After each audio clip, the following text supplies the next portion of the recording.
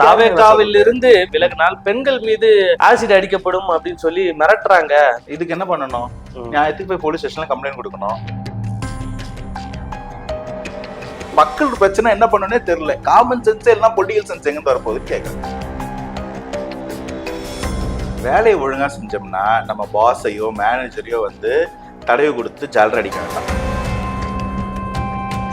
திமுக இருக்கவங்க அதை விட லக்கி. ஏன்னா தலைவர் யாருன்னு பார்க்க வேண்டாம். ஏன்னா தாத்தாக்கு அப்புறம் பையன், பையனுக்கு அப்புறம் பேரன், பேரனுக்கு அப்புறம் கொள்ளு பேரன் கான்பிடண்டா இருக்கீங்கன்னு.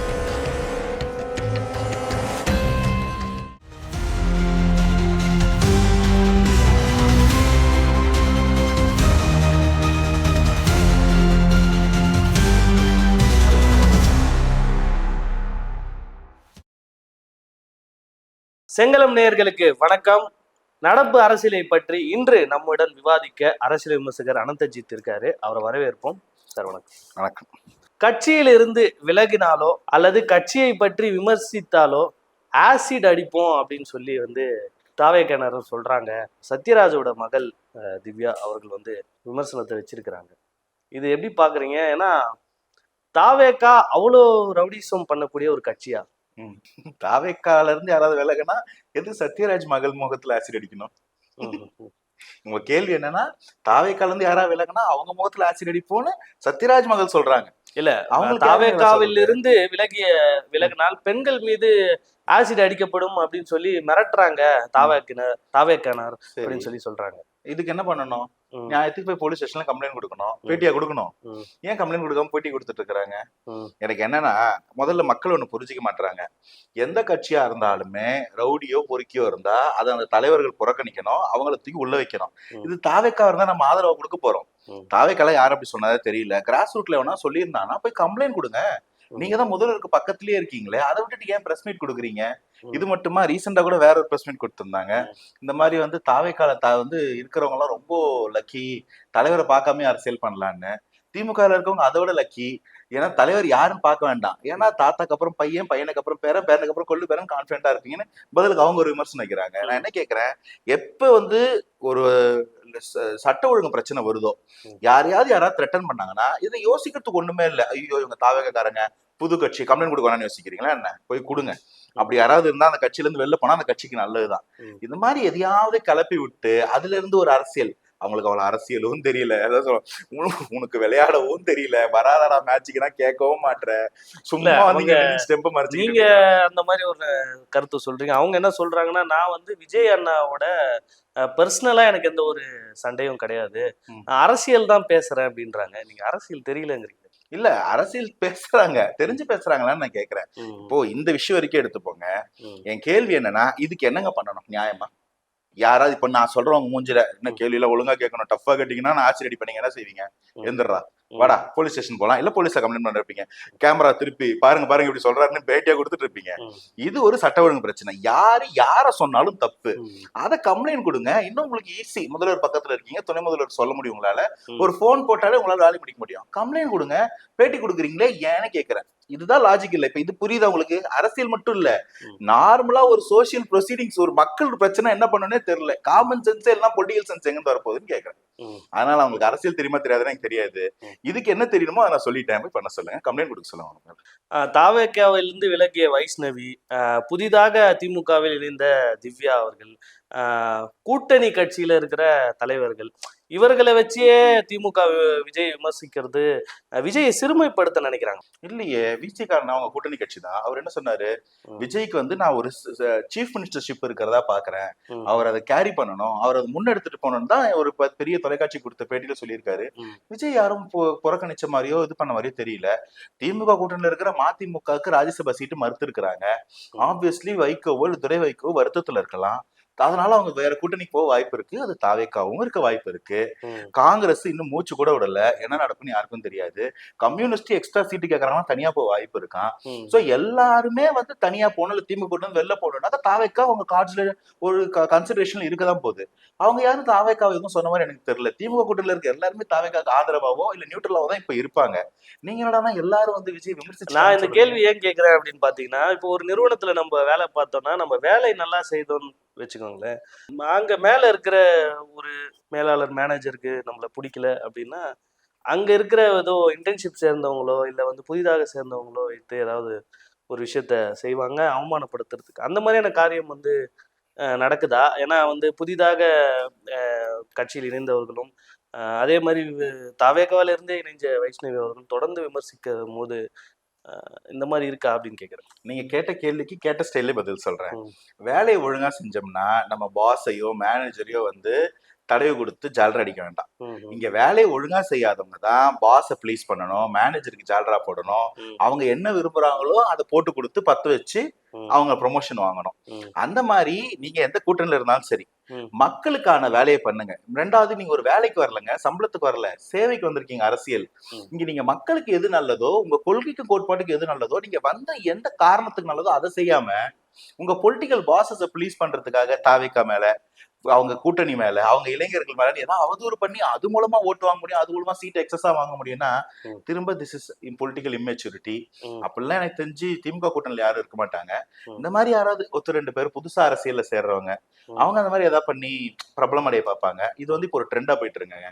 ம். தாவேக்கா ஏதாவது சொன்னா அது வைரல் ஆகுது, அதை வச்சுக்கிட்டு எப்படியாவது குழப்ப போடலாமான்னு நிறைய பேர் ஓடிக்கிட்டு இருக்கிறாங்க. சமீபத்துல தனியார் நிறுவனத்தோட சர்வே வந்திருக்கு. அதை பார்த்து பல கட்சியினர் அதிர்ச்சியில் இருக்காங்கன்னு சொல்லப்படுது. பெரிதும் தாவேகாவுக்கு நிறைய வரவேற்பு கிடைச்சிருக்கு அப்படின்றாங்க. அதிமுகவுக்கும் திமுகவுக்கும் கிட்டத்தட்ட கொஞ்சம் நெருக்கமான ஒரு இடங்கள் கிடைக்கிற மாதிரி அப்படின்னு சொல்லிட்டு இருக்கிறாங்க. இந்த இதனால வந்து தாவேகா மீது வந்து பல கட்சிகள் வந்து கூட்டணிக்கு செல்ல விரும்புறாங்க அப்படின்னு வந்து நிறைய அரசியல் விமர்சகர் பேசிட்டு இருக்கிறாங்க. இது எப்படி பாக்குறீங்க? இந்த ஏன்னா இன்னும் ஒரு 8 மாதம் இருக்கு. இதை வச்சு நம்ம முடிவெடுத்த முடியுமான்னு கேக்குறேன். இல்ல, ஆக்சுவலி அட் ஃபர்ஸ்ட் பிளேஸ் இந்த ம், மாதிரி சர்வேல வந்து நான் பெருசா நம்புறது கிடையாது. ம், ஏன்னா இதுக்கு முன்னாடி நான் பார்த்த சர்வேஸ்ல எதுவுமே வந்து அப்படியே ப்ரூவ் ஆனதே கிடையாது. அதுல மோஸ்ட் ரீசெண்டான சர்வே வந்து 2024 தேர்தல்ல பாஜக 400 தொகுதியில வந்துரும் போட்டி போட்டுக்கிட்டு கடைசியா 401ன்னு ஒருத்தர் சொல்லி முடிச்சாரு. அடுத்த நாள் கவுண்டிங்ல பாத்தீங்கன்னா 250 மெஜாரிட்டி கூட வராம போச்சு. ம், ஏதோ தெலுங்கு தேச பார்ட்டி புண்ணியத்துல அவங்க கூட்டணி ஆட்சி அமைச்சாங்க. ம், அது வந்து ப்ரிடிக்ட் பண்ணல தான் நான் சொல்லுவேன். நான் வந்து 10 வருஷம் ஆன்டி இன்கம்பன்சி பாஜக இது வந்திருக்கோன்றது பெரிய விஷயம் கிடையாது. ம், 3வது வாட்டி வந்ததே சாதனை தான். கேள்வி என்னன்னா, நீங்க என்ன லட்சத்துல சர்வே எடுத்தீங்க, என்ன ப்ரிடிக்ட் பண்ணீங்க? இதுல என்னன்னா, சர்வே எடுத்தவங்க எல்லாருமே ஆகச்சிறந்த பெரிய பெரிய சேனல்ஸ், பெரிய பெரிய போல் கம்பெனிஸ் எல்லாருமே வந்து ப்ராப்பர் எம்பரிக்கல் டேட்டாவோட பண்ண சர்வே அது. அதுக்கே அந்த லட்சத்துல இருக்குது. ஏன்னா ம், all we can do is a sample survey. ம், ஒரு 100 கோடி பேர் ஓட்டு போடுறாங்கன்னா 100 கோடி பேர் போய் கேட்க முடியாது. அதுல ம், இருந்து ஒரு 100 லட்சம் பேரையோ இல்ல 100,000 பேரையோ தான் சர்வே பண்ணுவாங்க. அந்த சாம்பிள் சர்வே ப்ராப்பரா நடந்தா ஓரளவுக்கு நெருக்கமா ஆன்சர் வரும். அது கூட வரலன்றதுதான் நிதர்சனம். இப்ப when we come to Tamil Nadu case, இன்னும் எலெக்ஷனுக்கு 8 மாசம் இருக்கு. ம், தாவேக்காவோட களப்படி மொத்தமா பாக்கி இருக்கு. எல்லா கூட்டணிகளுமே முறியறதுக்கோ மாறுறதுக்கான வாய்ப்பு பிரகாசமா இருக்கு. அது எல்லாமே இப்ப நம்மளால பட்டவர்தனமா பார்க்க முடியுது. இந்த நேரத்துக்கு அவசர அவசரமா சர்வே எடுக்கிற எதையுமே யாருமே நம்ப கூடாது. தாவேக்கா ஆட்சியில உட்காருவாங்க, 200 தொகுதி ஜெயிப்பாங்கன்னு சொன்னா கூட தாவேக்காவினர் கூட அதை நம்ப கூடாது. ஏன்னா இதுவே ஒரு மேனிபுலேஷனா இருக்கலாம். ம், அங்க இறங்கி ஒர்க் பண்ண வேண்டிய மக்களை, அவங்களுக்கான அந்த ஒரு பிடிப்பை தளர்த்தக்கூடிய ஒரு சாமர்த்தியமா இருக்கலாம். அதனால இந்த எந்த டேட்டாவையும் நம்ப கூடாது. இந்த டேட்டாஸ் மேல எனக்கு பெருசா மதிப்பும் கிடையாது. ம். அதை அந்த அளவுல விட்டுடுங்க. இப்ப இப்படி ஒரு டேட்டா கொடுத்து அதனால திமுக அதிமுக பயந்துருவாங்க, இல்ல தாவேக்கா சந்தோஷப்பட்டுருவாங்க, இல்ல பயந்துருவாங்கன்னாக்க எனக்கு தெரிஞ்சு நம்ம எந்த தலைவர்களுக்கும் அவ்வளவு பொலிட்டிக்கல் இமேஜ் கிடையாது. ம். வாட் மேட்டர்ஸ் அப்படின்றது கரெக்டா எலெக்ஷன் அன்னைக்கு என்ன ஓட்டு போடுறாங்க, அதுக்கு முந்தின நாள் சாயந்தரம் வரைக்கும் எப்படி ஒர்க் பண்ண போறோம் அப்படின்றதுதான். இதுக்கு பல்வேறு கட்ட வேலை இருக்கு, ரொம்ப தூர பயணம் இருக்கு. அதனால இன்னைக்கு சர்வே வச்சுட்டு இதை முடிவு பண்றது too early and not too வைஸ்ன்னு நினைக்கிறேன். ம். மறுபடியும் அதிமுக தாவேகாவுடன் கூட்டணி பேசிட்டு இருக்கு அப்படின்ற ஒரு செய்தி வந்துட்டு இருக்கு. இந்த செய்தி உண்மையா? அதாவது இது மறுபடியும் சொல்றதா இல்ல முதல் தடவையான்னு சொல்றதுன்னு தெரியல. தாவேக்கா இன்னைக்கு ஒரு முக்கியமான பிரைம் ஃபோர்ஸ். ம், அதிமுக இன்னைக்கு எதிர்க்கட்சி. ம், இவங்க 2 பேரும் திமுக வீழ்த்தணுன்றதுக்காக ஒரு எலெக்ஷன்ல வரும்போது அவங்களுக்கான ஒருமித்த கருத்து நிறைய இருக்குது. அதுல மாற்று கருத்து இல்ல. காமன் எனிமி இருக்காங்க, எதிரிக்கு எதிரி நண்பன். ம், அதனால அவங்க பேசுறது தாராளமா பேசலாம், தப்பு இல்ல. ம், அவங்க பேசுறாங்களா இல்லையான்றத அவங்க அனௌன்ஸ் பண்ணும்போது தான் நம்ம எடுத்துக்கணும். ம், இங்க இருக்கக்கூடிய இந்த கிசுகிசுக்கள் இதெல்லாம் வச்சுட்டு, ஏன்னா மினிமம் ஒரு போன்ல பேசி முடிச்சிடலாங்க. நம்ம அந்த காலத்து மாதிரி கார் எடுத்துட்டு 40 வாட்டி போகணும் வரணும்னு இல்ல. அப்படிதான் போயிட்டு வந்து கூட பாமக அதிமுக கூட்டணி நைட் வரைக்கும் சொல்றாங்க, காலைல பாஜக சைன் பண்ணிட்டாங்க. சோ நம்ம அவ்வளவுலாம் யாரும் பேசுறாங்க பேசல, பேசினா என்ன ஆகும் அதுக்குள்ள போக வேண்டாம். நமக்கு என்ன தெரியுது, தாவேக்காவும் பாஜகவும் அதிமுகவும் பேசினா என்ன ஆகும்? ம். கூட்டணி போறாங்களா? இதுல யாருக்கு ப்ரோஸ், இல்ல யாருக்கு cons? பாஜகவுடன் சேர்ந்துதான் கூட்டணி பேசுறாங்களா இல்ல அதிமுக தனியாக கூட்டணி பேசுறாங்களா? அதான் கேள்வி. இல்ல எனக்கு தெரிஞ்சு பாஜகவோட, இது என்னால கான்பிடண்டா சொல்ல முடியும், பாஜகவோட தாவேக்கா கூட்டணி போறதுக்கு வாய்ப்பே இல்ல. ம். போனாலும் அது தாவேக்காவுக்கு பெரிய இடியா இருக்கும். அது தாவேக்காவுக்கு தெரியும். மோரோவர் என்ன விஷயம்னா, தாவேக்கா பாஜகவை கொள்கை எதிரின்னு அனௌன்ஸ் பண்ணிருக்காங்க. ம். இந்த கூட்டணி மீன் அரசியல் எதிரிக்கும் கொள்கை எதிரிக்கும் ஒரு சின்ன டிஃபரன்ஸ் இருக்கு. அரசியல் எதிரி மாறும். ம். இப்ப இன்னைக்கு திமுக ஆட்சியில இருக்கிறாங்க, தாவேக்கா அவங்களை எடுத்து அரசியல் பண்றாங்க. அவங்களை அந்த சீட்ல இருந்து அகற்றணும்னு நினைக்கும் போது கூட்டணி அரசியல் எதிரி திமுக. ம். நாளைக்கு ஒரு பேச்சுக்கு சொல்றேன், ஆளும் கட்சி தாவேக்கா இல்ல அதிமுக, எதிர்கட்சி இன்னொருத்தர் தாவேக்கா இல்ல அதிமுகன்னு போது தாவேக்காவோட அரசியல் எதிரி யாரு?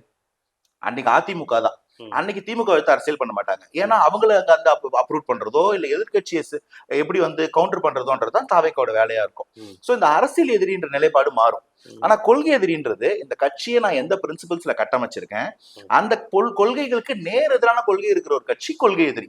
ம். சோ பாஜக கொள்கை எதிரின்னும் போது இவங்க கூட்டணி போறதுக்கான வாய்ப்பே கிடையாது. பாஜகக்கும் தாவேக்கா தலைவர் விஜய்க்கும் பர்சனலாவும் ஒன்னும் பெருசா ஒரு அண்டர்ஸ்டாண்டிங்லாம் கிடையாது. ம். அதனால என்னைக்கு அந்த கூட்டணி அமைன்றதுல எனக்கு நம்பிக்கை இல்ல. ம். தமிழகத்துல அதிமுகவும் தாவேக்காவும் ஆய்வதற்கு ஒரு முகாந்திரம் இருக்கு. திமுகன்ற ஒரு காமன் அஜெண்டா இருக்கு. அதனால ஒரு வாய்ப்பு இருக்கலாம், இல்லாம இருக்கலாம். ம். அது அமைஞ்சிடக்கூடாதுன்றதுல திமுக ரொம்ப வலுவா இருக்கிறாங்க அப்படின்ற நியூஸ் மட்டும் நான் கான்பிடண்டா சொல்ல முடியும். அதனால முதல்ல தாவேக்கா பாஜக அதிமுக கூட்டணி முறியணும். அதை தொடர்ந்து தாவேக்காக்கும் அதிமுகவுக்கும் ஒரு வாய்ப்பு இருக்கலாம். Maybe it can be vice versa also. தாவேக்கா அதிமுக கிட்ட பேசினா அதை கான்பிடன்ஸா எடுத்துக்கிட்டு அதிமுக பாஜகவோட கூட்டணி முறிக்கும் வாய்ப்பு இருக்கலாம். இது மட்டும் இல்லாம பாஜக அதிமுக கூட்டணி முறியறதுக்கு வேற பல காரணங்களும் நம்ம காதுல விட ஆரம்பிக்குது. இதை நம்ம ரொம்ப நாளா சொல்லிட்டு இருக்கோம். அதுக்கு வாய்ப்பு இருக்கா? பாஜக கூட்டணியை முறிச்சிட்டு இங்க கூட்டணி பேசி கூட்டணி அமைக்கிறது வாய்ப்பு இல்லைன்னு நீங்க சொன்னீங்கன்னா நான் சிரிச்சிருவேன். ஏன்னா தமிழகத்துல அதிமுகவுக்கு பாஜக இணைஞ்சது பெரும் சவாலா இருக்க போகுது, பின்னடைவா இருக்க போகுதுன்னு சொல்லாத ஆள் கிடையாது. ஒரு சாதாரண ஒரு பாட்டி கிட்ட போய் இந்த மாதிரி கூட்டணி அமைச்சு சொன்னா கூட இதனால் அதிமுக எதுவும் நல்லது இல்லை, கெட்டதுதான் அப்படின்னு சொல்லும் போது இந்த கூட்டணியை அவங்க எப்படி முன்ன கொண்டு போவாங்க? ரெண்டாவது, பாஜக இருக்கக்கூடிய கடைநிலை தொண்டர்களும் சரி, அதிமுக இருக்கக்கூடிய கடைநிலை தொண்டர்களும் சரி, இந்த கூட்டணி எங்களுக்கு வேண்டாம், நாங்க தனியா நிக்கிறோம், எங்களுக்கு ஒரு ஓட் ஷேர் இருக்கு, எங்களால ஒண்ணு முடியும்னு அவங்க நம்புறாங்க. அதை ப்ரூவ் பண்ற விதமா தான் பாஜக இருக்கக்கூடிய முக்கிய தலைவர்கள்லாம் பாமக தேமுதிகலாம் அவங்க பக்கம். அதிமுக பாஜகவும் கூட்டணின்னா அந்த கூட்டணிக்கு தானே ஈர்க்க பார்க்கணும். தனிப்பட்ட முறையில பாஜக ஏன் எடுக்கிறாங்க? ஏன்னா மிஸ்டர் ராமதாஸ் அவர்களை போய் தோட்டத்துல பார்த்தாங்க இல்லைங்களா, அதுவே என்ன சொல்லுதுன்னா பர்சனலா அதிமுக கூட்டணிக்கு இல்லாம பாஜகவோட கூட்டணிக்குள்ளதான் பாமக வரணும்ன்றதுதான் அவங்களோட ட்ரை அட்டெம்ப்ட். ஏன்னா அதுதானே பிரச்சனையே. அதிமுக போனோம்னு திரு ராமதாஸ் சொன்னதாகவும், பாஜக கூட்டணிக்கு போகணும்னு சொல்லி திரு அன்புமணி சொன்னதாகவும் தான் எம்பி எலெக்ஷன்ல சண்டை. இன்னைக்கு அப்படி கணக்கு பார்த்தா 2 பேரும் ஒன்னா வந்துட்டாங்க. அப்ப 2 பேரும் எந்த பக்கம் போனா என்ன, ஒரே கூட்டணிக்குள்ள போய் சேர போறாங்க. ஏன் அது நடக்கல?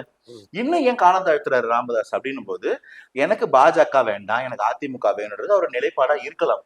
ஏன்னா இந்த மாதிரி விஷயம் நடக்குது. நீங்க சொல்றது ராமதாஸும் அதிமுக விரும்புறாரு. இந்த பக்கம் பாத்தீங்கன்னா விஜயோட ஸ்டேட்மெண்ட் பாஜக இல்லாம அதிமுக இருந்தால் கூட்டணி சேருவோம் அப்படின்ற ஒரு ஸ்டேட்மெண்ட் இருக்கு. ஒரு புறம் பார்த்தா எடப்பாடி பழனிசாமி அவர்கள் பெரிய குழப்பத்தில் இருக்காரு. கூட்டணி அமைஞ்சலிருந்தே சொல்லப்படுது. அந்த ப்ரெஸ் மீட்ல கூட அவர் பேசலை. இன்னைக்கு நயனார் நாகேந்திரன் ப்ரெஸ்ஸை சந்திச்சிருக்காரு. சந்திச்சு நாங்கள் சொல்ற வேட்பாளர் தான் தலைவராக வருவார் அப்படின்னு சொல்லியிருக்காங்க. அந்த வேட்பாளர் எடப்பாடி பழனிசாமி தான் அப்படின்னு பேசுறாரு. அப்போ கூட்டணி பாஜக தலைமையில தான் அமைஞ்சிருக்குன்னு சொல்ல வராரா? ஆமா, நாங்க தான் தேர்ந்தெடுப்போம் அப்படின்னு சொல்றது எந்த விதத்துல சொல்றாரு? ஏன்னா ஜெயிச்ச பிறகு என்ன வேணா மாறலாம் இல்லையா? ஏன்னா இதே மாதிரிதான் பெங்களூர்ல ஒரு ஆட்சி நடந்தது. கர்நாடகால குமாரசாமி முதல்வர் ஆனாரு. அது அந்த கதைலாம் நமக்கு தெரியும். நீங்க இன்னைக்கு நடந்த அந்த ஸ்டேட்மெண்ட் பாக்குறீங்க. கொஞ்சம் முன்னாடி ரிவைண்ட் பண்ணி பாத்தீங்கன்னா அந்த கூட்டணி அமையும் போதே அது என்டிஏ தலைமையிலான கூட்டணின்றதுதான் பின்னாடி பேனரா இருந்துச்சு. ஆனா கடைசி நேரத்துல எடப்பாடியார் வரும்போது அது அஇஅதிமுக பாஜக கூட்டணி மாறிடுச்சு. அப்பவே அந்த இடத்துல அஇஅதிமுக பாஜக கூட்டணியா என்டிஏ கூட்டணியா? என்டிஏ கூட்டணினா அதுக்குள்ள அதிமுக போனதா கருதப்படும் அப்படியான்றது ஒரு கேள்வி எழுப்பப்பட்டது. அந்த மேடையிலுமே பிரஸ் ரிலீஸ்ல அமித்ஷா அவர்கள் இது கூட்டணி ஆட்சியில் பங்குன்னு சொல்லியிருந்தாரு. அதை அடுத்த 2 நாட்கள் முற்று முழுசுமா மறுத்தாரு திரு எடப்பாடியார். சரி, அது அங்க ஏதோ நம்ம தப்பா புரிஞ்சுக்கிட்டோம் போல, பஞ்சுவேஷன் எரர் போல அப்படின்னு நினைச்சிட்டு தாண்டிட்டோம். ஆனா போன வாரத்தில் நடந்த மதுரை மாநாட்டுல என்ன சொல்றாரு திரு அமித்ஷா? கூட்டணி ஆட்சி ஹை, பாஜக ஹை அப்படின்னு சொல்றாரு. அப்போ இது கூட்டணி ஆட்சினா ஆட்சியில எங்களுக்கு பங்கு இருக்கு அப்படின்னு சொல்றாரு. அதோட நிப்பாட்டல. நமக்கு வந்து சில நியூஸஸ் என்ன சொல்லுது, அமித்ஷா வந்து நயினாரையும் அண்ணாமலையும் சுமூகமாக்கி இருக்கிறாரு. இவருக்கு தனி டாஸ்க் கொடுத்து தமிழகத்துல எம்பி தேர்தல்ல நீங்க எந்த முக்கியமான எம்எல்ஏ தொகுதிகள்ல, சொல்றது புரியுது இல்லைங்களா, எம்பி தேர்தல்ல எந்த முக்கியமான எம்எல்ஏ தொகுதிகளை நீங்க அதிக வாக்கு வாங்குனீங்கன்னு லிஸ்ட் எடுத்து கொடுங்க, அந்த சீட்டை வாங்கி தரேன், ஃபர்ஸ்ட் கட்டமா 50 சீட்டை முடிவு பண்ணுங்க அப்படின்றாரு. ஆனா அடுத்த நாள் திரு அண்ணாமலை அவர்கள் 72 தொகுதிகளை ஷார்ட் லிஸ்ட் பண்ணி மோடி அவர்களுக்கு லெட்டர் எழுதியிருக்காரு. அப்ப 72 தொகுதி பாஜகக்குன்னா என்டிஏ கூட்டணிக்கு பாஜக கூட இருக்கக்கூடிய தமிழ் மாநில காங்கிரஸ் சொல்லியுமே அவர் 72 கொடுக்குறாரு. 72 கொடுத்து அதுல நீங்க சூஸ் பண்ணுங்கன்னு சொல்றாரா, இல்ல நான் 72 வாங்கி வச்சிருக்கேன் 72 வாங்கி கொடுங்கன்னு கேட்கறாரா தெரியல. அப்ப அவங்களுக்கு இந்த மாதிரி டபுள் டிஜிட்ல பெரிய சீட்ஸ் நம்பர் வருதுன்னா அவங்க கூட்டணியில ஏற்கனவே அவங்க நம்பி இருக்காங்க இல்லைங்களா. ஏன்னா டிடி தினகரனும் ஓபிஎஸும் இந்த கூட்டணியில் தான் இருப்பாங்க.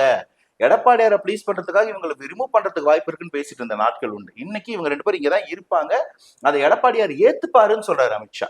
அப்ப அவங்களுக்கு சீட்டு கொடுக்கணுமா, தமிழ் மாநில காங்கிரஸ் கொடுக்கணுமா? இதை தவிர எம்பி எலெக்ஷன்ல எவ்வளவு பேர் கூட நின்னாங்க, கிருஷ்ணசுவாமி, அவர் தேவநாதன், அப்புறம் ஜான் பாண்டியன் சார், ஏகப்பட்ட பேர் நின்னாங்க. அப்ப இவ்வளோ பேருக்கும் சீட்டு கொடுக்கணும். அப்ப இவங்களுக்கெல்லாம் கொடுத்தா இதுவே 100 சீட் வந்துடும் போல. இன்னும் இவங்க தேமுதிக அப்ரோச் பண்றாங்க, பாமக அப்ரோச் பண்றாங்க. அப்ப இவ்வளோ பேருக்கு ஒரு சீட் வாங்கினா அதிமுக எவ்வளவு சீட் தனியா கிடைக்கும்? அவ்வளவு சீட் மட்டும் அதிமுக ஏற்கனவே பாஜக கூட போகும்போது அவங்களுக்கு அதனால ஒரு ப்ராப்ளம் இருக்கு, ஓட் ஷேர் குறையுன்னு சொல்லும்போது அதிமுக ஜெயிக்கவே வாய்ப்பு இல்லைன்னு தெரிஞ்சா அதிமுக எந்த கேடர்ஸ் இதை ஏத்துக்குவாங்க, எந்த தொண்டர்கள் ஏத்துக்குவாங்க? அப்ப இது ஒரு பெரிய கேள்விக்குறியா மாறும். அப்ப வேணாம், நீ தனியா நீ கூட்டணி அமைச்சுக்கோ, நான் தனியா அமைச்சுக்கிறேன்னு ஒரு வாய்ப்பு வரலாம் இல்ல. அப்படி வந்தா என்ன ஆகும் இந்த கூட்டணி? ஒருவேளை அதற்காக தான் 50 சீட்டும் சொல்லி 72 கொடுக்குறாரு அண்ணாமலை அவர்கள். ஏன்னா வேணாம், இந்த கூட்டணி நடந்துடக்கூடாதுன்னு அவர் நினைக்கிறாரு, நீங்க சொல்றீங்களா? இல்ல, ஏன்னா நீங்க பேசுறது இல்ல, எனக்கு தெரிஞ்சு வந்து 50 சீட் தான் அவரு கேட்க சொல்லியிருக்காரு. 72ன்னு கொடுக்கும் போது அது எதை மனநிலையில் இல்ல, அது அவங்க கட்சிக்குள்ள இருக்கக்கூடிய ஒரு கரஸ்பாண்டன்ஸ். நாங்க இவ்வளவு சீட் நல்ல மார்க் வாங்கியிருக்கோம், இப்போ உங்க அப்பா சொல்றாரு நான் 50 மார்க் வாங்கப்பா வாட்ச் வாங்கி தரேன் அப்படின்னு, நீங்க 72 மார்க் வாங்கிட்டேன்னு சொல்லி காமிச்சா இது என்னப்பா 72 மார்க் ஏன் வாங்கினேன்னு கேட்க மாட்டாரு. அந்த மாதிரி நாங்க 72 சீட்ல நிறைய முன்னிலையில் வந்திருக்கோம். மேபி அவர் அதை வந்து அவருடைய தலைமையில நடந்த எலெக்ஷன், அதை அவர் எப்படி பறைசாற்றி இருக்கலாம். அத்தனை சீட்டும் கேட்பாங்க கிடையாது, அதுல இருந்து 50 கூட கேட்கலாம். எனக்கு அது இல்ல கேள்வி. இப்போ டபுள் டிஜிட்ல சட்டசபைக்குள்ள போகணுன்றதுதான் பாஜக கொடுக்கப்பட்டிருக்க பிரைமரி டாஸ்க் அவங்களுடைய உள்துறை அமைச்சரால. இது எப்படி சாத்தியமாகும், எங்க இருந்தா சாத்தியமாகும், யார் கூட இருக்கணும்? என்னுடைய கேள்வி என்னன்னா, ஆல்ரெடி பாஜக அதிமுக கூட்டணியில விரிசல் வந்து விட்டதா? அந்த விரிசலுக்கு காரணம் கற்பிக்கப்படுகிறதா? நயினார் இன்னைக்கு கொடுத்த ஸ்டேட்மெண்டா இருக்கலாம். ஏன்னா அது ஒரு ப்ரொவகேட்டிவா இருந்தா, எடப்பாடியாரு தமிழகத்துல பெரிய கட்சி எது, பாஜகவா அதிமுகவா? அப்போ அதிமுக தலைவரை நாங்க சூஸ் பண்ணுவோம் யார் முதல்வர்னு சொல்லும் போது இது அவர் வந்து ட்ரிகர் பண்ண வாய்ப்பு இருக்கா இல்லையா? அஇஅதிமுக தொண்டர்களை ட்ரிகர் பண்ண வாய்ப்பு இருக்கா இல்லையா? சுயமரியாதையில இருந்து உண்டான இயக்கம் தான் வந்து திமுகல இருந்து வந்து அதிமுக. அதை விட்டு கொடுக்கறது அவங்களால கஷ்டம். ஏற்கனவே இவருக்கு மேல பல விமர்சனங்கள் இருக்கும்போது இது அவர் வந்து ட்ரிகர் பண்ணி ஒரு கூட்டணி முறிவு அறிவிச்சிருவாரா அப்படின்னு இது ஒரு லிட்மஸ் டெஸ்டா இருந்தா, ஏன்னா இன்னும் சின்ன கைக்கு வரல, அந்த ரியாக்ட் பண்றதுக்கான ஸ்கோப் எடப்பாடியாருக்கு இருக்கான்னு நமக்கு தெரியல.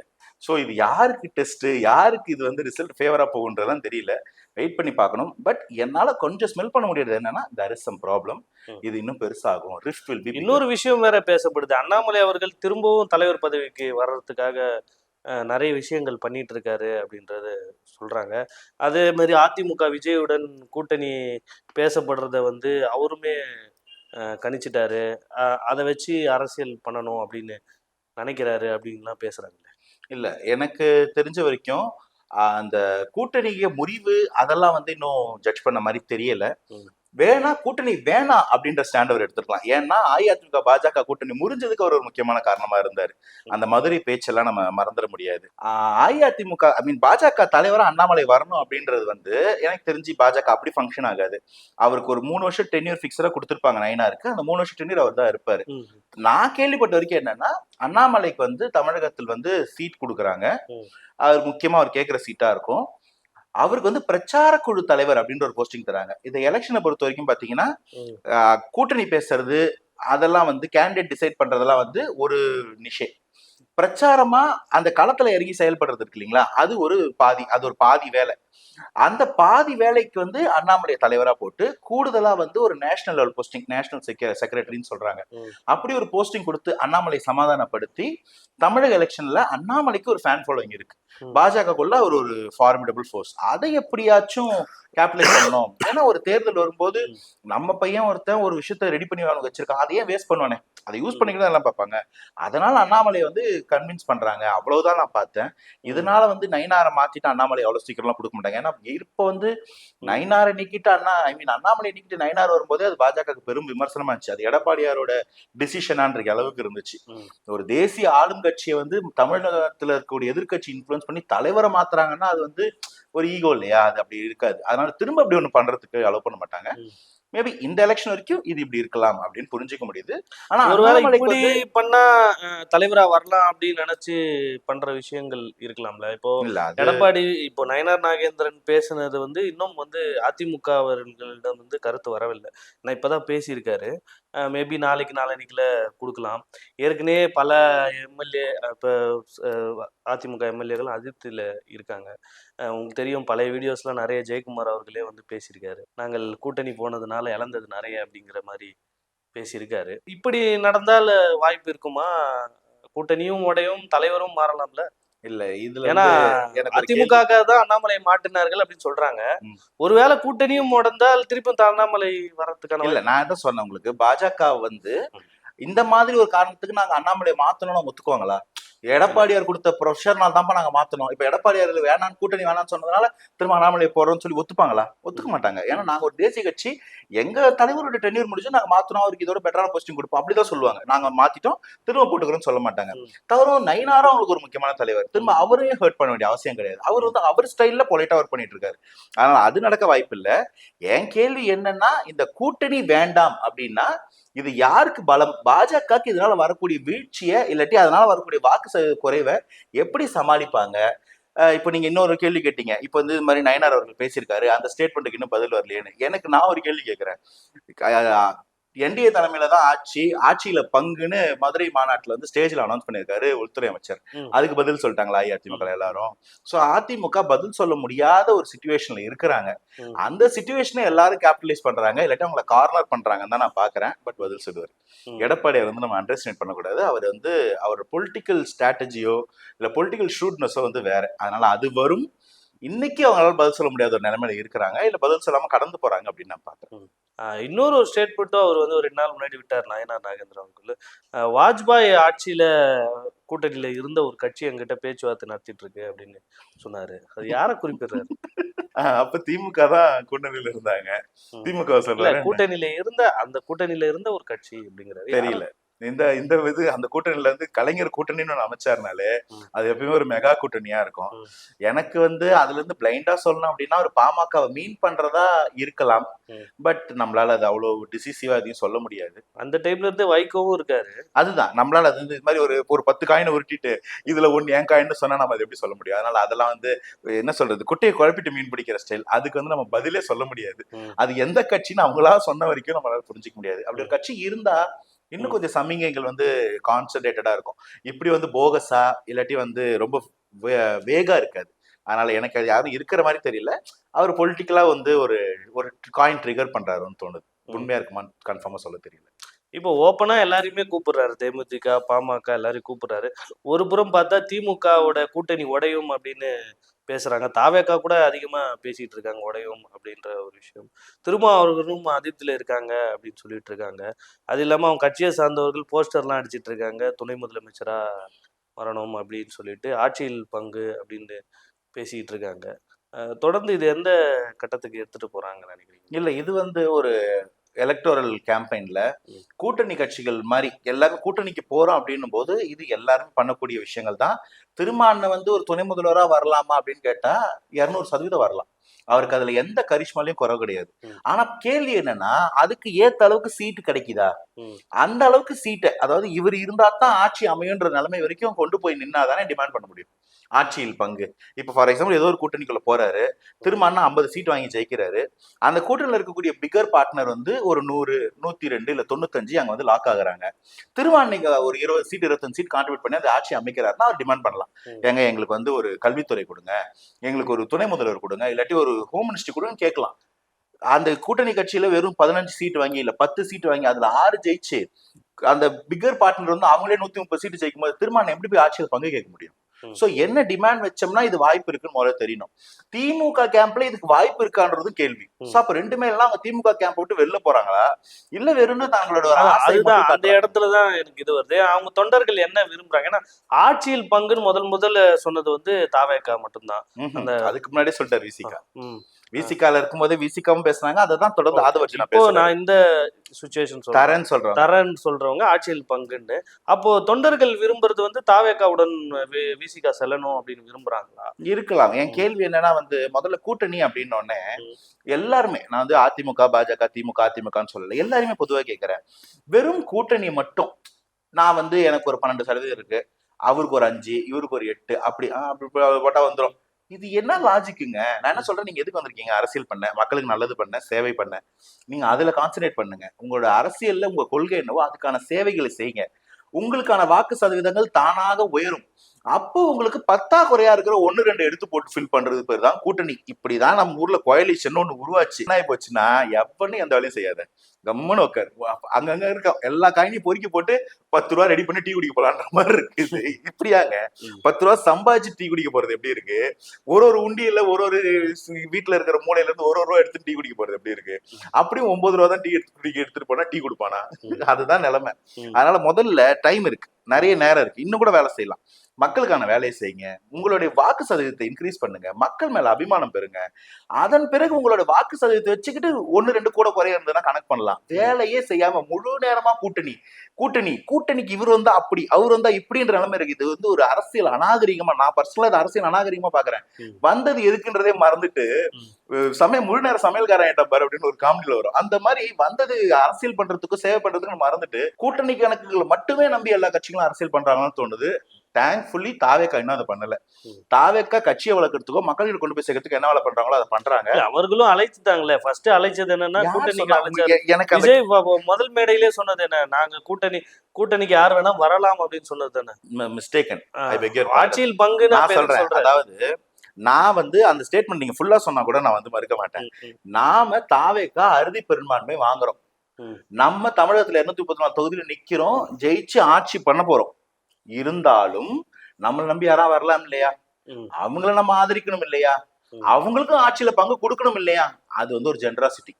நானே நிக்கிறேன், நானே ஜெயிக்கிறேன்னு சொல்லிட்டு கூட வர்றவங்களுக்கு ஆட்சியில பங்குன்றதுக்கு பேரு ஜெனராசிட்டிங்க. அது பெரிய மனுஷன் தரும், பெரிய மனசு.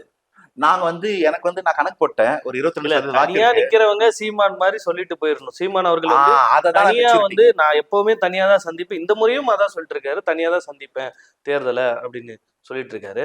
பட் ஆனா அந்த அந்த என்ன சொல்றது, அந்த ஓப்பனிங்ஸ் கொடுக்கறது எதுக்காக? அதுதாங்க நான் சொல்றேன். திரும்ப இது எல்லாரையும் அரவணைக்கும் ஒரு மனசுன்னு நான் சொல்றேன். அது வந்து வாய்ப்பு இருந்தா நான் ஏத்துக்கிறேன்னு சொல்றாரு. இப்ப சீமான் என்ன சொல்ற இடத்துல என்ன சொல்றாரு, எனக்கு யாரும் வேணான்னு சொல்றாரு. ஆனா அவர் எதிர்ப்பு யார் மேல? திமுக அதிமுக, மத்தியில பாஜக காங்கிரஸ் 4 பேர் எதிர்க்கிறாருல, சந்தோஷம். மீதி இருக்கக்கூடிய எந்த கட்சிக்காவது இந்த ஊழல் குற்றச்சாட்டுகள்ல பங்கு இருக்கா? இப்ப விசிகா திருமாவளவனை நீங்க குறை சொல்ல முடியுமா? இந்த கூட்டணிகளுக்கு துணை போனாருன்ற தவிர வேற குறை இருக்கு அவர் மேல? இல்ல. நீங்க அதே மாதிரி பாமக எடுத்தீங்கனாலும் அவங்க சில நேரத்துல பவர் டேஸ்ட் பண்ணிருக்காங்க. இருந்தாலும் நீங்க அவ்வளவு பெரிய ஊழல் குற்றச்சாட்டு பாமக மேல வைக்க முடியுமா? தேமுதிக மேல வைக்க முடியுமா? இவங்க எல்லாரையும் அரவணைக்கிறதுக்கு சீமானனை தவறிட்டாரோ? இது ஒரு குற்றச்சாட்டு தானே. ஏன் தனியா தான் போவேன்? ஒரு பேட்ஸ்மேன் டீம்னு இருந்தா ஃபர்ஸ்ட் ஓப்பனிங்ல இறங்கி செஞ்சுரி அடிச்சுட்டு டீம் தோத்தா பரவாயில்ல, நான் 150 பால் நின்று செஞ்சுரி அடிப்பேன்றது ஒரு டைப் ஆஃப் பிளேயர். இன்னொருத்தன் எனக்கு அதெல்லாம் கவலை இல்லை, நான் 7th டவுனா வருவேன், ஆனா எனக்கு கரியரை பத்தி கவலை கிடையாது, பர்சனல் ரெக்கார்டை பத்தி கவலை கிடையாது, டீமுக்கு என்ன தேவையோ அதை அடிச்சு கொடுத்து ஜெயிக்க பண்றான். இந்த ரெண்டுமே பேட்ஸ்மேன் தான். இதுல எது நீங்க முக்கியமா பாப்பீங்க ஒரு டீம் பிளேல? டீம் விக்டரி தானே முக்கியம், பர்சனல் ரெக்கார்டு முக்கியம். சோ நாம் தமிழ் சீமானே இதை மிஸ் பண்றாரோ அப்படின்ற ஒரு குற்றச்சாட்டு எனக்கு பர்சனலா இருக்கு. அவர் ஒருவேளை இந்த மாதிரி ஒரு அலையன்ஸ் ஃபார்ம் பண்ணாருன்னா, விசிகாவை தேமுதிகாவை அரவணைச்சாருன்னா வாய்ப்பு இருக்கும். அந்த குற்றச்சாட்டு இல்லாத கட்சிகளை நீங்க தொடவே இல்லை, ஏன் அவங்களையும் எதிரியா பாக்குறீங்க? இப்ப இந்த கேள்வி வருது இல்லையா? திரும்ப நீங்களும் கூட்டணி அமைக்கணும் தானே சொல்றீங்க இப்ப இல்ல இல்ல சீமான்? நீங்க ஏன்னா ஆக்சுவலி இந்த இன்டர்வியூ பாக்குறாங்க யாராவது ஒரு 10 பேர் 20 பேர் பாக்குறாங்கன்னா நான் அவங்க கிட்ட இதை விடுறேன், அவங்களுக்கு கமெண்ட்ல இதுக்கு பதில் சொல்லட்டும். நான் திரும்பவும் சொல்றேன், கூட்டணிக்கு போறது தவறு இல்ல. கூட்டணின்றது வந்து எல்லாரையும் அரவணைக்கிறேன், நான் எனக்கு பர்சனல் ஸ்பேஸ் இருக்கு அதுக்கு மேல ஆட் பண்ணிக்கிறேன்றதும் தவறு இல்ல. கூட்டணி தான் என்னுடைய அரசியல் அப்படின்றத நான் தவறுன்னு சொல்றேன். தாவேக்கா கூட்டணிக்காக மட்டும் வரலன்னு சொல்றேன். ஆனா கூட்டணிக்கே போக மாட்டேன், என்னோட ஸ்கோர் மட்டும் தான் முக்கியம்ன்றது தவறுன்னு சொல்றேன். நீங்க சொல்றீங்க கூட்டணிக்காகன்றீங்க, அவங்க கொள்கைக்காக நாங்க கூட்டணி இருக்கோம். எது கொள்கை கூட்டணி? 4 வாட்டி முடிச்சுக்கிட்டு 5ஆவது வாட்டி கூட்டணி சேர்றதா? இப்ப திமுக கூட்டணி வந்து ஓரளவு கொள்கை கூட்டணி ஏத்துக்கலாம். அவங்க வந்து பாஜக எதிர்ப்புல ஒரு கூட்டணி அமைச்சிருக்காங்க, அதை நான் கொள்கை கூட்டணி குறை சொல்ல மாட்டேன். ஆனா அதுலயும் சில விரிசல்கள் வருது இல்லையா, அந்த விரிசல்களை பேட்ச் பண்ணணும். அவங்களுக்கும் ஆட்சியில அவங்க பங்கு கொடுக்கணும். திமுக அதிமுக ஆட்சியில பங்கு கொடுக்க மாட்டாங்க அப்படின்னா பாஜக எதிர்ப்புல தானே தாவேக்கா வந்து நிக்கிறாங்க. அப்ப அவங்களை ஏன் அவங்க யோசிக்க கூடாது? பாஜக எதிர்த்து கூட்டணியை முறிச்சுக்கிட்டு அதிமுக வந்தா ஏன் அதிமுக விசிக கன்சிடர் பண்ணக்கூடாது? ஒண்ணும் இது வந்து திமுக கூட தான் கூட்டணி போகணும் இல்ல இல்லைங்களா? சோ அந்த மாதிரி பெர்ஸ்பெக்டிவ்ல கூட்டணி அணைக்கணும்னு சொல்றேன். மத்தபடி இந்த கூட்டணி நான் 4 செக்மெண்ட் பண்ணி சொன்னது நீங்களே ஒரு ரிவைஸ் பண்ணி பாருங்க உங்களுக்கு பார்ப்போம். தாவேக்கா வந்து அடுத்த கட்டமா இப்போ வந்து நாளையோட முடியுதுன்னு நினைக்கிறேன் அந்த வார்டு கொடுத்த ஃபங்க்ஷன். அடுத்த கட்டமா வந்து சுற்றுப்பயணம் மேற்கொள்ள போறேன் அப்படின்னு சொன்னாரு. அடுத்தடுத்த நகர்வுகள் எப்படி இருக்கும்? ஏன்னா கூட்டணிக்காக வந்து விருப்பம் காட்ட தயாரா இருக்காங்க அப்படின்னு நிறைய செய்திகள் போயிட்டு இருக்கு. அடுத்தடுத்த நகர்வுகள் எப்படி இருக்கும்? இல்ல, எனக்கு தாவேக்காவை பொறுத்த வரைக்கும் நான் என்ன நம்புறேன் அப்படின்னா, தாவேக்கா கட்சி வளர்க்கணும். தாவேக்கா தலைவருக்கு வந்து தமிழகம் தழுவிய அதையும் தாண்டி இந்திய அளவுல ஒரு அறிமுகம் இருக்கு. ஆனா அதை தாண்டி எல்லா பகுதியில இருக்கிற நிர்வாகிகள் அவருக்கு தெரியணும். அவர் பர்சனலா அவங்கள பார்க்கணும். எல்லா பகுதியில இருக்கிற மக்கள் அவர் சந்திக்கணும். அந்தந்த பகுதியில் இருக்கக்கூடிய மக்களுடைய பிரச்சனையும் அவர் பர்சனலா தெரிஞ்சுக்கணும். ஓஹோ, இந்த ஊர்ல இந்த செக் டேம் தேவை, இந்த ஊர்ல இந்த மக்களுக்கு நடுவுல ஒரு பிரச்சனை இருக்கு, இதெல்லாம் நம்ம சிமெண்ட் பண்ணணும், பிரிட்ஜ் பண்ணணும்ன்ற எல்லா தேவைகளையுமே ரிமோட்ல வரைக்கும் அவர் போய் பார்க்கணும், அவர் பர்சனலா பார்க்கணும். இதெல்லாம் தெரிஞ்சுக்கும் போது தான் ஒரு தலைவனால வந்து மக்கள் ஆட்சி பண்றதுக்கு என்ன பண்ணும், இந்த மாநிலத்தோட நிலைமை என்னன்றது புரிஞ்சுக்க முடியும். இதுக்கு முதல் விஷயம் கூட்டணி இல்ல, அவருடைய சுற்றுப்பயணம். சோ சுற்றுப்பயணம் வந்து அவர் எங்கெங்கெல்லாம் எல்லா ஊருக்கும் போறதுக்காக தான் பிளான் பண்ணிருக்காங்க. அது ஒரு ஹைபிரிட் மாடல்னு சொல்றாங்க. எல்லா ஊருக்கும் வந்து கொஞ்சம் தூரம் நடைப்பயணம், அங்க மக்களை சந்திக்கிற ஒரு மேடை. அதை தவிர வந்து மக்கள் கூட உட்காந்து பேசி அவங்க பிரச்சனைகளை வந்து இவர் கேட்க போறது தவறும். அதுக்கு முன்னாடி இன்னொரு ஆக்டிவிட்டி என்னன்னா, அவங்களுடைய 120 மாவட்ட குழுக்களுக்கும் மாவட்ட தலைவர் போட்டிருக்காங்க இல்லைங்களா, எல்லாருக்கும் ஒரு டாஸ்க் கொடுத்திருக்காங்க. உங்க மாவட்டத்துல இருக்கக்கூடிய பிரச்சனைகளை எனக்கு சர்வே பண்ணி ரிப்போர்ட் பண்ணி எனக்கு சொல்லுங்க, மக்கள் என்ன எதிர்பார்க்கறாங்க, நம்ம கூட்டணிக்கு போகணுமா, யார் கூட போகணும், அந்த பகுதியில என்ன பிரச்சனை, என்ன தீர்வு எதிர்பார்க்கறாங்க தாவேக்கா கிட்டன்றது எல்லாத்தையும் எனக்கு சர்வே எடுத்து கொடுங்கன்னு சொல்லியிருக்காரு. சோ அந்தந்த ஊருக்கு இவர் போகும்போது சைட்ல அவங்க கட்சிக்காரங்க எடுத்த சர்வே ரிப்போர்ட் இருக்குமா, மக்கள் கூட பேச போறாரா, சோ அப்ப இது உண்மை பொய்க்கு வெரிஃபை பண்றாரா, நிர்வாகிகளுக்கு பயந்து வேலை செய்வாங்களா, மக்கள் கிட்ட போகும்போது ஒவ்வொருத்தருக்கும் எல்லா பிரச்சனையும் தெரியாது. நீங்க 2 பிரச்சனை சொல்லும்போது தலைவரா நான் 4 பிரச்சனை சொல்லும்போது தலைவர் மேல நம்பிக்கை வருமா? இது எல்லாத்தையும் என்கம்பாஸ் பண்ண ஒரு மேனிஃபெஸ்டோ கிரியேட் பண்ணா அப்ப அது வந்து ஒரு நல்ல ஒரு மேனிஃபெஸ்டோவா இருக்குமா? ஒரு பகுதியில போகும்போதும் எந்தெந்த இடத்துல நம்ம பலம் இருக்கு, கூட்டணியில யார் வரணும், எதுக்கு பலம் பலவீனம்னா தெரிஞ்ச அந்த ஸ்வாட் அனாலிசிஸ் பண்ணாங்கன்னா அப்ப கூட்டணிக்கு போறதா வேணாமா, யார் யாருக்கு எவ்வளவு கொடுக்கலாம், இது எல்லாத்தையும் தெரிஞ்சுக்குவாரா? இதை தவிர தலைவரை மக்கள் சந்திக்கணும், கட்சிக்காரங்க சந்திக்கணும். அவங்க எல்லாரும் கூட ஒரு பேச்சு ஒருத்தரும் போது அங்க சின்ன சின்ன பிரச்சனை கேப்ஸ் இருந்தாலும் எல்லாமே பிரிட்ஜ் ஆகும். அந்த கட்சிக்கு ஒரு பெரிய ஒரு உயிர் ஓட்டம் கிடைக்கும். இது இந்த 6 மாச பயணமா இருக்கும். அதை தொடர்ந்து கூட்டணியோ மேனிஃபெஸ்டோவோ எலெக்ஷன் சந்திக்கிறதுக்கான வேலை கிடைக்கும். 234 தொகுதியில் இருக்கக்கூடிய சிறந்த ஆளுமைகள் யார் யாருக்கு சீட்டு கொடுக்கலாம் கொடுக்கலாம் எல்லாமே தெரிஞ்சிடும். இன்னைக்கு பண்ண எப்படி இருக்கும், அப்ளிகேஷன் கொடுக்குறவங்களை வச்சு அந்த அப்ளிகேஷன் இருக்கிற நம்பரை வச்சு நம்புற மாதிரி இருக்கும். நேரா அவரே பார்த்துட்டு வரும்போது அப்ளிகேஷன் வேண்டாம், அவருக்கே தெரியும். சோ இதெல்லாம் நடக்கணும். இதுக்கான வேலைகள் தான் தாவேக்கா பண்றாங்க ஒரு பக்கம். ஆனா இதுல ஏகப்பட்ட இடையூறுகள் ஏற்கனவே ஆரம்பிச்சிருக்கு, அதுல நிறைய சேலஞ்சஸ் இருக்கு.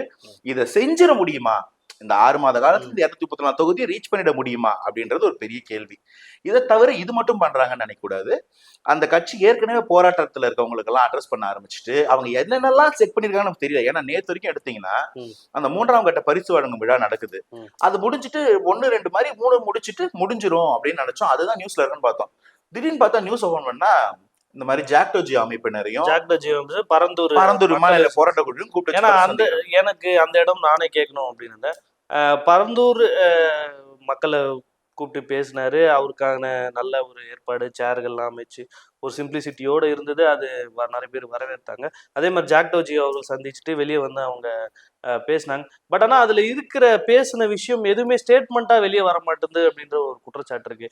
ஏதோ ஒரு ஆடியோ லான்ச் மாதிரி ஆயிடுதோ அப்படின்ற ஒரு இல்ல இல்ல விமர்சனம் இருக்கு. இல்ல நீங்க குறை சொல்ல தெரியாம சொல்றீங்க. இல்ல இல்ல என்னன்னா இப்ப உங்களுக்கு அங்க என்ன ரூம்குள்ள நடந்ததுன்னு தெரிஞ்சுக்கிறது உங்களுக்கு ஒரு ஆர்வம் இருக்கு. இல்ல அப்படி இல்ல. நீ ஒருத்தங்க வந்து நம்ம அரசியல்ல சந்திக்கிறாங்க.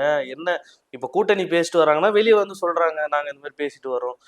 இந்த மாதிரி இந்த விஷயம் ஒரு கம்ப்ளைண்ட் குடுத்துட்டு வரேன்னா, நான் கம்ப்ளைண்ட் குடுத்துட்டு வரேன். இது இருக்குல்ல, இந்த அமைப்பு. இது எதற்காக நடக்குது அப்படிங்கிற ஒரு வெளிப்படைத்தன்மை இல்லாம இருக்கு. ஒரு ஸ்டேட்மெண்ட்டோ எதுவுமே வெளிய வராம இருக்கிறது அது ஒரு நான் சொல்லட்டுமா? குறைபாடா இருக்குல்ல. நான் சொல்லட்டுமா? இப்போ இந்த ஜாக்டோஜி அமைப்பினர் வரைக்கும் எடுத்துப்போம். ம். To start with. அவங்களுக்கு இந்த பழைய ஓய்வூதிய திட்டம் வேணும்ன்றது அவங்களோட டிமாண்ட். அதை நீக்குனது அஇஅதிமுக அரசாங்கம். ம். அதை கொடுக்குறேன்னு ப்ராமிஸ் பண்ணி வந்து இன்னைக்கு வரைக்கும் கொடுக்காம இருக்கிறது திமுகவோட அரசாங்கம். இப்ப இந்த 2 பேர் மேலயும் அவங்களுக்கு ஒரு பெரிய வருத்தம் இருக்கா? ம். இப்போ இது என்ன பிரச்சனை? இதுக்கு என்ன தீர்வு? இதுல வந்து என்ன எக்ஸ்பர்ட் ஒப்பீனியன் இருக்குன்றது தாவேகா தலைவருக்கு பேசணுமா? ம். ஃபர்ஸ்ட் ஹேண்ட் ஒப்பீனியன் கேட்டுக்கணுமா? இத அவங்களை கூப்பிட்டு கேட்டிருப்பாருன்னு நான் சொல்றேன். இப்ப இதுல இருந்து அவருக்கு ஒரு எக்ஸ்பர்ட் பேனல் வச்சிருக்காரு. ஒரு சின்ன எக்ஸாம்பிள் சொன்னா, ஒரு ஐஆர்எஸ் இப்பதான் ரிசைன் பண்ணிட்டு உள்ள வந்திருக்காரு. அவர்கிட்ட இதை பத்தி பேசும்போது அவர் அதுக்கு ஒரு ஒப்பீனியன் கொடுப்பாரா? ஆர்பிஐ ரிப்போர்ட்ஸ் எல்லாம் படிப்பாரா தாவேகா தலைவர்? சோ இதுக்கு எது அமிக்கபிள் சொல்யூஷனா இருக்குன்னு அவர் தெரியுமா? அப்போ அது அவரோட மேனிபெஸ்டோட எதிரொலிக்கும். அதை கொடுக்கிற மேனிபெஸ்டோவை வாக்குறுதிய சிந்தாம செதறாம பொய்யாகாம நிறைவேற்றத்துக்கு ஒரு வாய்ப்பு கிடைக்கும். இதுதான் தாவேகா தலைவர் பண்றாரு. கள அரசியல்ல அவர் வந்து கத்துக்கிறாரு. ஒன்னொன்னுத்தையும் ஃபர்ஸ்ட் ஹேண்ட் எக்ஸ்பீரியன்ஸா தானே எடுத்துக்கிறாரு. எந்த ஒண்ணுத்தையும் அவன் சொன்னா இவன் சொன்னா அங்க கேட்டான் இங்க கேட்டான் இல்லாம தானே இறங்கி தெரிஞ்சுக்கிறாருன்ற அதையவே பரந்தூர்ல இம்ப்ளிமெண்ட் பண்ணி பாருங்க. திமுகவுக்கும் அதுல பங்கு இருக்கு, அஇஅதிமுக அதுல பங்கு இருக்கு. இன்னைக்கு போராட்ட குழுக்கு ஆதரவு தெரிவிக்க போனா கூட அவ்வளவு தடைகள், அவ்வளவு பிரச்சனை. அதை தாண்டி போய் ஃப்ரீயா பேசக்கூட முடியல அந்த இடத்துல. ஆச்சா இல்லைங்களா? அப்ப அவங்கள கூப்பிட்டு பேசி நாம இருக்கோம், ஒன்னா இருக்கோம், இதுக்கு என்ன பண்ணலாம் இப்படிலாம் நான் கேள்விப்பட்டேன், இதுல இந்த இதெல்லாம் சொல்யூஷன் இருக்கு, வேற என்ன பண்ணலாம்னு உங்களுக்கு சொல்லுங்க, நம்ம எல்லாம் சேர்ந்து ஒண்ணு பண்ணுவோம்னு சொல்லி அதை எடுத்துட்டு வந்து களத்துல நாளைக்கு ஒரு போராட்டம் அறிவிக்கலாம், இல்ல அவருடைய கொள்கையிலே இல்ல இந்த எலெக்ஷன் மேனிபெஸ்டோல அதை அறிவிக்கலாம், இல்ல தாவேக்காவினர் இறங்கி அங்க போராட்டம் செய்யலாம், எது வேணா நடக்கலாம். ஆனா எது ஒண்ணுத்தையுமே வந்து என்ன நடக்குதுன்னு தெரிஞ்சுக்க வேண்டியது ரொம்ப அத்தியாவசியம் நினைக்கிறேன். அவர் அதை பண்றாருன்னு நான் புரிஞ்சுக்கிறேன். தவறவும் இதை பத்தி வெளியில சொல்றது எப்படி இருக்கும்னா ஒரு ப்ரொபகண்டா மாதிரி, ஒரு ஒரு இல்ல பாப்புலாரிட்டி பண்ற மாதிரி. இததான் நம்ம பண்ண போறோம் அப்படி இல்ல. இதுக்காக வந்து சந்திச்சாங்க என்ன அப்படின்ற இதுல ஒரு என்ன உங்களுக்கு டவுட்? ஒரு ஜாக்டோஜியோ விஷயம் வந்தது பழைய பென்ஷன் ஸ்கீமுக்கு, பரந்தூர் வந்தது அவங்க நிலத்தை மீட்டு கொடுக்கணும், அந்த இடத்துல ஏர்போர்ட் வேணாம் வேற இடத்துல வைங்கன்றதுக்கு. இதுல உங்களுக்கு டவுட்டே வேண்டாம். ஒரு எக்ஸ்வைசெட் போயிருந்தாருன்னா, ஒரு விசிகா திருமானனோ இல்ல தேமுதிக இவங்களும் வந்திருந்தாங்கன்னா நீங்க என்ன பேசுனீங்க? வெறும் ஆதரவா, இல்ல சும்மா பார்த்துட்டு வீட்டு விசேஷத்துக்கு பத்திரிகைக்கு வந்தோமா, இல்ல கூட்டணி பேசணுமான்னு கேட்கலாம். வந்தது போராட்ட குழுவினர், அவங்ககிட்ட வேற என்ன பேசியிருக்க போறாரு? போராட்டத்துக்கு ஆதரவு, உங்களுக்கு நான் இருக்கேன், எனக்கு நீங்க இருக்கீங்க, ஃபர்தரா இது என்ன பண்ணலாம். ஏன்னா ரெண்டுமே வந்து பாத்தீங்கன்னா ஃபுல்லஸ்ட் சொல்யூஷன் கண்ணுக்கு தெரியாத பிரச்சனை. நமக்கே ஒரு அரசியல் விமர்சகரா பார்க்கும்போது என்னங்க பழைய ஓய்வூதியம் கொடுத்துருங்கன்னு சொல்ல முடியாது. ஏன்னா அது எக்ஸ்சக்கர்ல ஒரு பாதிப்பு ஏற்படுத்தும். பரந்தூர் விமான நிலையம் இங்க வேணா அங்க வைங்க சொன்னா அது வேற போராட்டமா ஆகும். இங்க வச்சது என்ன மாதிரியான சர்வே? இது ஏன் கவர்மெண்ட் இந்த இடத்த அடம்பிடிக்குது? வச்சா இவங்களுக்கு வேற என்ன பண்ணா சொல்யூஷன் நல்லதா இருக்கும், இவங்க வாழ்வாதாரம் மேம்படும், இல்ல வைக்க கூடாதுன்னா அதுக்கு என்னன்னு ஃபுல்லா தெரிஞ்சுக்கணும் இல்லைங்களா? இது வைக்க கூடாதுன்ற மாதிரி ஒரு கண்மூடித்தனமான ஒரு டிசிஷன் இருக்க முடியாது, சென்சிட்டிவ்.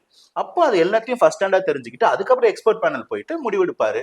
அப்படி தப்பா முடிவெடுத்தா நம்ம இது கேட்போம். ஆனா நீங்க சொன்ன மாதிரி அந்த எக்ஸ்பர்ட் பேனல் உருவாக்கணும் அப்படின்னு ஒரு விஷயம் நினைக்கிறீங்களா? ஏன்னா நான் பார்த்ததை சொல்றேன்.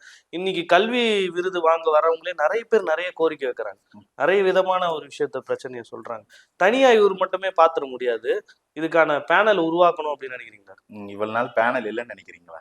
எக்ஸ்பர்ட் பேனல்லாம் இருக்குங்க. ம். ஏன்னா அந்த கட்சி ஆரம்பிச்சதுல இருந்து கட்சி ரெஜிஸ்டர் பண்றது எல்லாமே சும்மா சாமானியமான வேலை கிடையாது. அந்த கட்சியில வந்து எந்த ஈவெண்ட் பண்ணாலும் சரி, இந்த மாதிரி இந்த விருது வழங்கும் விழால இருந்து அந்த கொள்கை திருவிழா அவ்வளோ பெரிய ஒரு ஈவெண்ட் அது. இது எல்லாத்தையுமே வந்து சீம்லெஸ்ஸா பண்ணிட்டு இருக்காங்க. நீங்க நினைக்கிறீங்களா களத்துல விஜய் இறங்கி செயல்படுறாருன்னு? அவர் கண்ணாசைவுக்கு அதை புரிஞ்சுக்கிட்டு செயல்படக்கூடிய டீம் இருக்கு. எல்லாரையும் நீங்க ஸ்டேஜ்ல பாத்திர முடியாது. எல்லாரும் இன்னாருப்பா, இவர் தான்ப்பா ரைட் கார்னர், இவர் லெப்ட் கார்னர்ப்பா, இவர் ரைடர்ப்பான்னு சொல்ல முடியாது. எல்லாரும் அங்க வேலை செஞ்சுட்டு இருக்காங்க திரைமறைவுல. இது வந்து ஊர் கூடி தேர் இருக்கிற கதை ஒரு கட்சி நடத்துறது. அங்க ஆல்ரெடி இருப்பாங்க. இன்னும் தேவைப்படக்கூடிய அறிவுகள் எங்கெங்கெல்லாம் கேப்ஸ் இருக்கும். நான் சொன்ன பாருங்க, இந்த கூட்டணிக்கு ஒரு கதை சொன்ன பாருங்க. உங்ககிட்ட எது இல்லையா அதை மட்டும் அந்த மாதிரி என்னென்ன இருக்கோ அதெல்லாம் இருக்கு. 1-2 பற்றாக்குறையா இருந்தா அதை சேர்த்துக்கணும். அதுதானே வளர்ச்சி. அதை நோக்கி போறாரு அப்படின்னு நினைக்கிறேன். ஆனா அங்க நீங்க நினைக்கிற டீம் இல்லாமலாம் இல்ல, ஏற்கனவே நிறைய எக்ஸ்பர்ட் பேனல்ஸ் இருக்கதான் செய்யறாங்க. ஓகே.